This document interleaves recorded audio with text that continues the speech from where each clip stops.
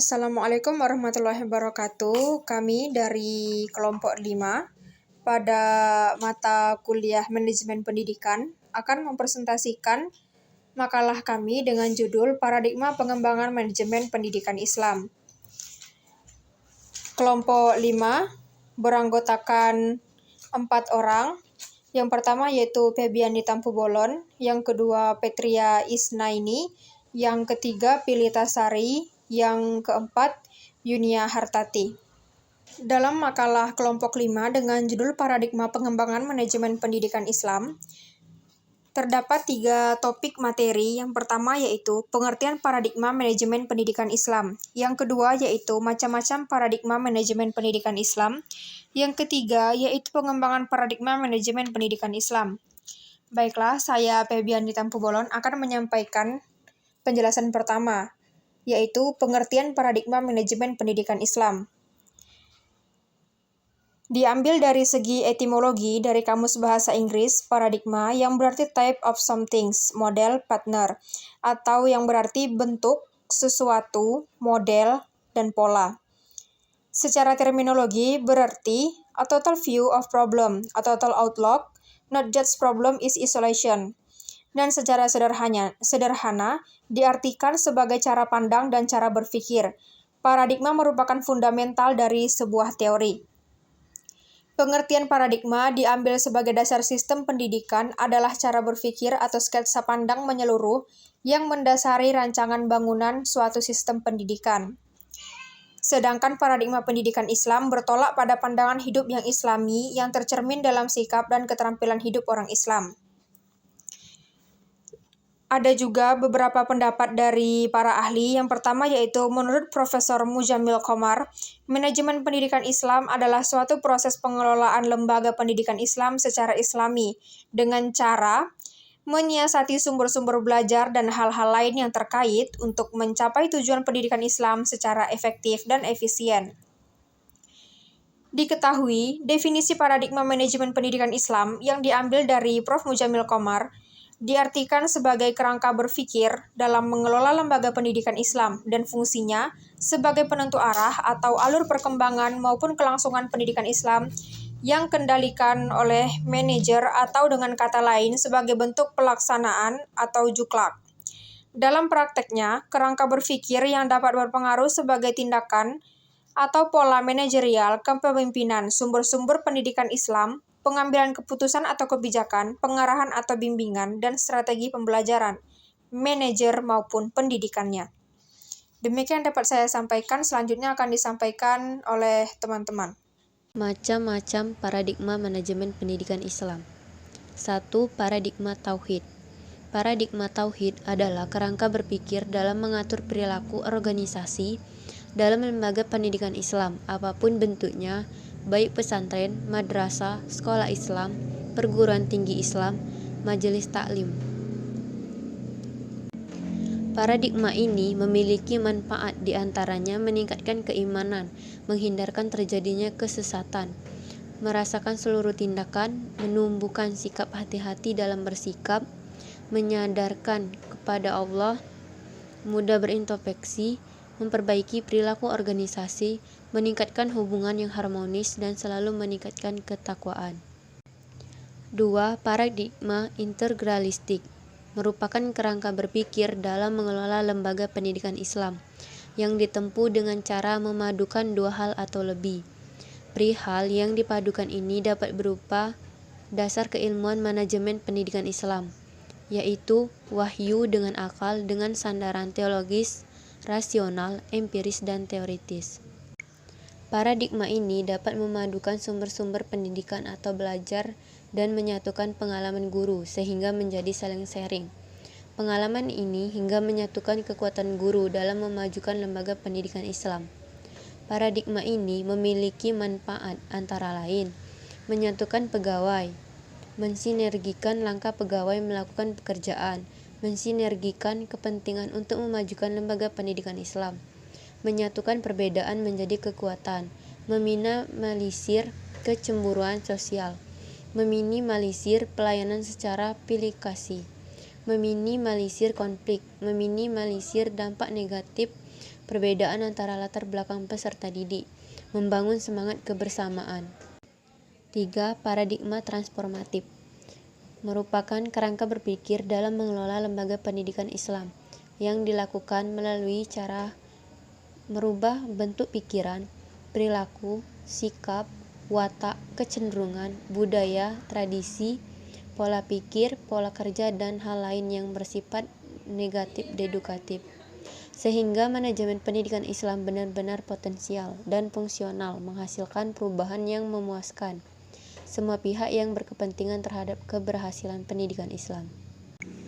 Paradigma ini menumbuhkan berbagai manfaat, antara lain melatih komitmen terhadap tanggung jawab, melatih kemampuan merealisasikan keberhasilan pembimbingan, melatih kemandirian, mendorong tumbuhnya inisiatif dan kreativitas, mendorong penguatan pada proses pendidikan dan pembelajaran, mendorong pencarian strategi yang efektif dan efisien dalam mengubah perilaku orang lain, khususnya peserta didik, meminimalisir tindakan-tindakan rutinitas dan pengulangan hal yang sama, dan memfasilitasi tumbuh dan perkembangan semangat dan budaya mereformasi situasi pendidikan Islam.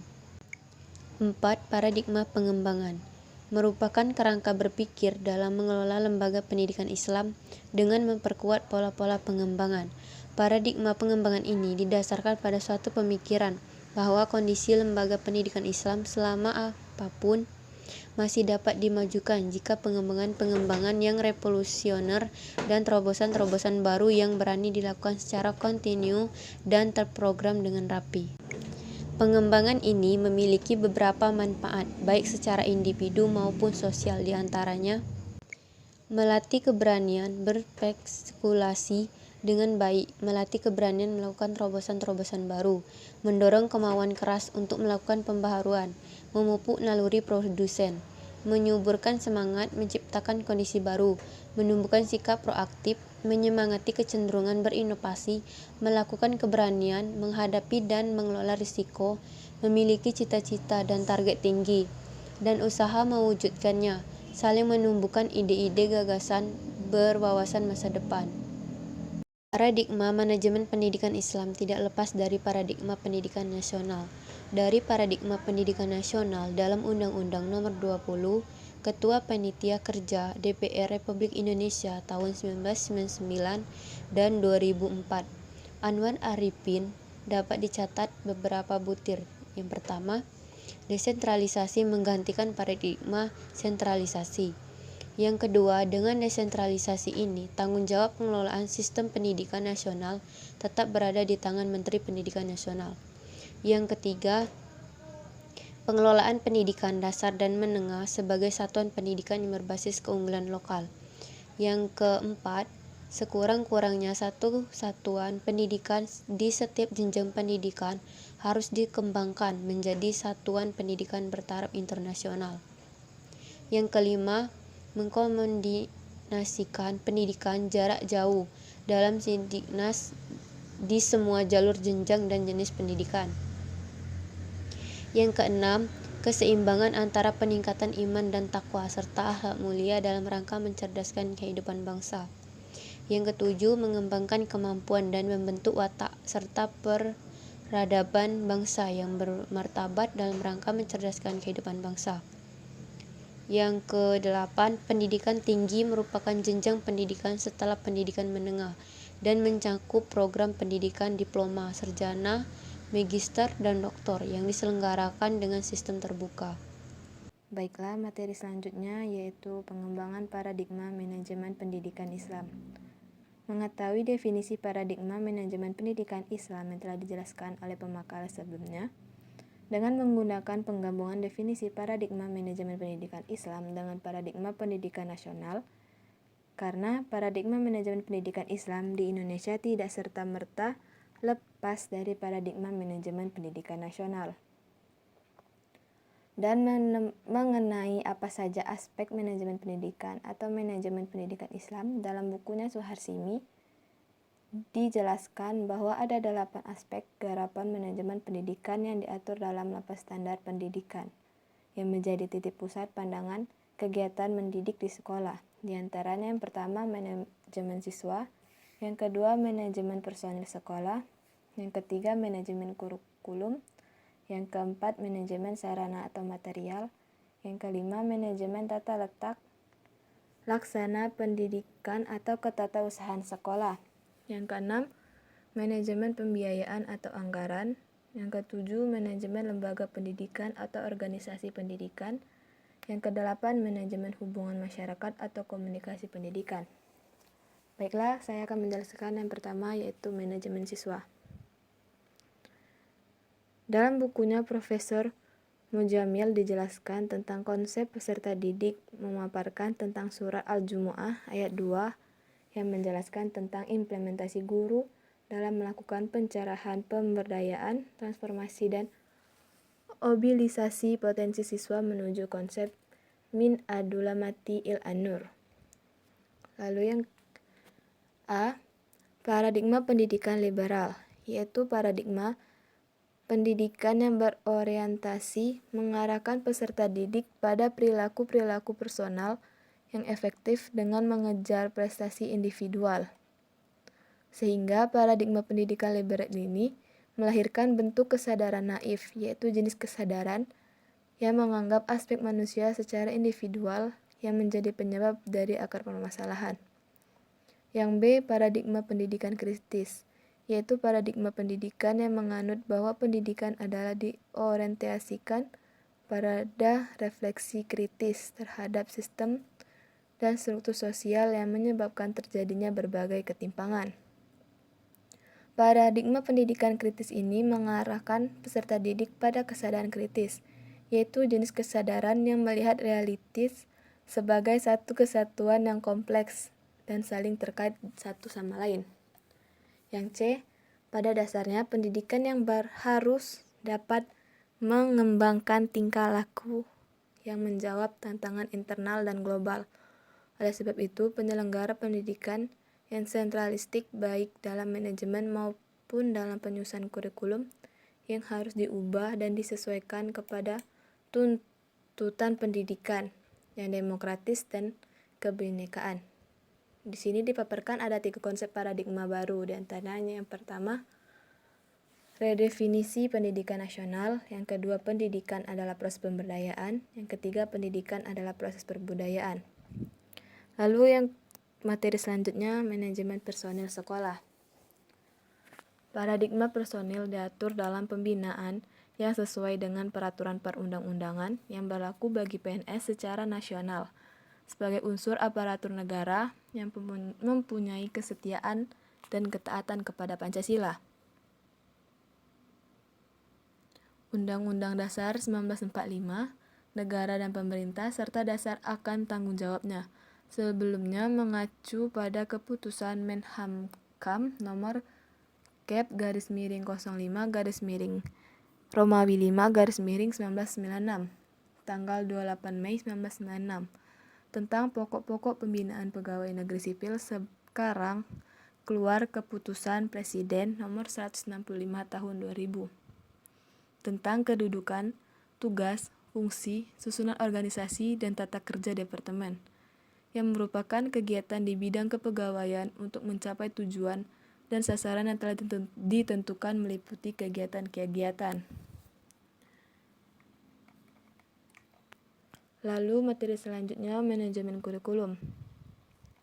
Yang pertama yaitu paradigma formisme, mempunyai pandangan yang dikotomis, memandang aspek kehidupan adalah dunia dan akhirat, yang mampu melahirkan istilah pendidikan antara ilmu agama pada aspek kehidupan ukhrawi dan ilmu umum pada aspek kehidupan duniawi.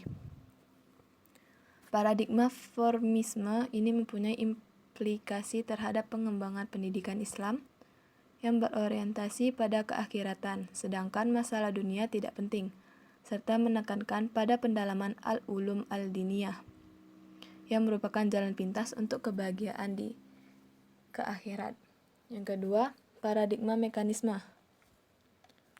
Secara etimologi, mekanik berarti hal kerja mesin. Cara kerja suatu organisasi atau hal saling kerja seperti mesin, kalau yang satu bergerak maka yang lain turut bergerak. Paradigma mekanisme memandang kehidupan terdiri atas berbagai aspek, dan pendidikan dipandang sebagai penanaman dan pengembangan seperangkat nilai kehidupan, yang masing-masing bergerak dan berjalan menurut fungsinya, bagaikan sebuah mesin yang berdiri di atas beberapa komponen atau elemen-elemen yang masing-masing menjalankan fungsinya sendiri-sendiri, di antara satu dan yang lainnya. Yang ketiga, paradigma organisme, yang berarti benda hidup atau juga bisa diartikan bahwa kesatuan yang terdiri atas bagian-bagian yang rumit. Dalam pengertian ini, paradigma organisme bertolak pada pandangan bahwa pendidikan Islam adalah kesatuan atau sebagai sistem yang terdiri atas komponen-komponen yang rumit yang berusaha mengembangkan pandangan semangat hidup Islam yang dimanifestasi dalam sikap hidup dan keterampilan hidup Islami. Kehidupan lain didudukan sebagai nilai-nilai insani yang mempunyai relasi horizontal lateral atau penelitian, pemikiran, dan gagasan dari para ahli yang terpisah-pisah, tetapi harus berhubungan vertikal atau linear dengan nilai agama. Paradigma ini mulai dirintis dan dikembangkan dalam sistem pendidikan Islam di madrasah yang deklarasikan sebagai sekolah yang berciri khas agama Islam. Selanjutnya, materi manajemen sarana atau material akan dijelaskan oleh Yunia Hartati. Yang keempat, manajemen sarana atau material. Mulyasa mendeskripsikan bahwa paradigma manajemen sarana prasarana mengatur dan menjaga sarana dan prasarana pendidikan agar dapat memberikan kontribusi secara optimal dan berarti pada jalannya proses pendidikan. Yang kelima, manajemen tata laksana pendidikan atau ketatausahaan sekolah. Pemberlakuan sistem desentralisasi akibat pemberlakuan Undang-Undang Nomor 22 Tahun 1999 tentang otonomi pemerintahan daerah memberi dampak terhadap pelaksanaan pada manajemen pendidikan, yaitu manajemen yang memberi ruang gerak yang lebih luas kepada pengelolaan pendidikan untuk menemukan strategi berkompetisi dalam era kompetitif, mencapai output pendidikan yang berkualitas dan mandiri. Yang keenam, manajemen pembiayaan atau anggaran. Paradigma pendanaan dalam Undang-Undang Sisdiknas Pasal 53 mencantumkan rumusan bahwa dana pendidikan di luar gaji pendidik dialokasikan 20% dari anggaran pendapatan dan belanja negara dan 20% dari anggaran pendapatan dan belanja daerah, yang bertujuan untuk memberikan pelayanan dan kemudahan pendidikan untuk menjamin mutu peserta didik dalam Undang-Undang 1945 Pasal 31. Yang ketujuh, paradigma demokratisasi dan desentralisasi yang menanggapi adanya segi pemberdayaan masyarakat dan pemberdayaan kebutuhan serta lebih tanggap terhadap kebutuhan setempat. Paradigma sekuler ialah sistem pendidikan Islam yang dipadukan dengan sistem sekuler. Perpaduan kedua sistem pendidikan tersebut diharapkan akan lebih banyak dapat dilakukan daripada sekedar memakai sistem cara otonomi sistem sekuler. Yang terakhir, manajemen hubungan masyarakat dan komunikasi pendidikan. Bagi lembaga dalam kaitannya dengan paradigma baru pelayanan berbasis pelanggan, humas yang di dalam konsep semula adalah public relation, maka sesungguhnya perannya adalah untuk mengkomunikasikan lembaga dimaksud dengan publik atau masyarakat tersebut terkait dalam relasinya dengan masyarakat. Dalam kaitan ini maka ada humas yang berperan internal dan eksternal. Humas internal terkait dengan bagaimana humas menguatkan identitas dan rasa miliki terhadap lembaga, membangun kesadaran dan dedikasi internal dan eksternal tentang pentingnya lembaga bagi para karyawan. Sedangkan humas eksternal berfungsi untuk menggait relasi dengan dunia di luar lembaga dan juga masyarakat luas. Humas eksternal berfungsi untuk mengekspos berbagai hal yang terkait dengan eksistensi, fungsi, dan produk lembaga bagi masyarakat secara luas. Demikian itulah penjelasan materi dari kelompok kami tentang paradigma pengembangan manajemen pendidikan Islam. Semoga bermanfaat untuk kita semua. Lebih dan kurangnya kami mohon maaf. Saya akhiri. Wabillahi taufiq wal hidayah. Wassalamualaikum warahmatullahi wabarakatuh.